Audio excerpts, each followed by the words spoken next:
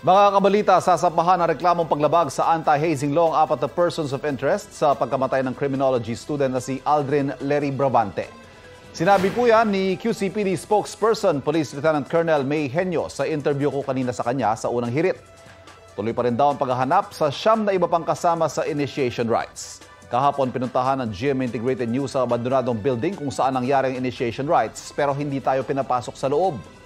Base sa investigasyon ng QCPD, lumusot sa gate at tumalon sa gumuhong pader ng property ang mga kasali sa initiation rites.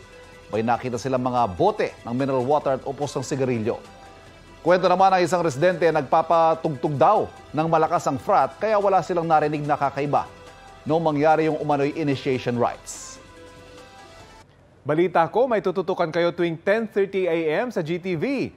Alamin ang mahalagang balita at impormasyong dapat nyong malaman sa Balita Ko tuwing Lunes hanggang Biyernes.